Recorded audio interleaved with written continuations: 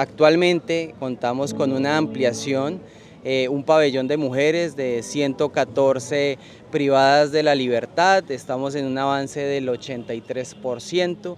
Obviamente este pabellón también cuenta con todas las condiciones técnicas para albergar a la población privada de la libertad y pues obviamente se genera un espacio muy importante para las madres gestantes. Entonces estamos articulados con el IMPEC y obviamente la cabeza del sector, Ministerio de Justicia, generando estos nuevos espacios y nuevos cupos para bajar esa sobrepoblación y hacinamiento de la cual el sistema penitenciario pues ha tenido dificultades a lo largo de la historia. En esta penitenciaría precisamente se va a habilitar un pabellón de mujeres para que estén 114 privadas de la libertad, de las cuales 14 son madres gestantes. Digamos que tenemos el espacio para garantizar obviamente condiciones dignas a estas madres y obviamente a sus bebés. Lo ideal es que en el mes de octubre podamos entregar ya la obra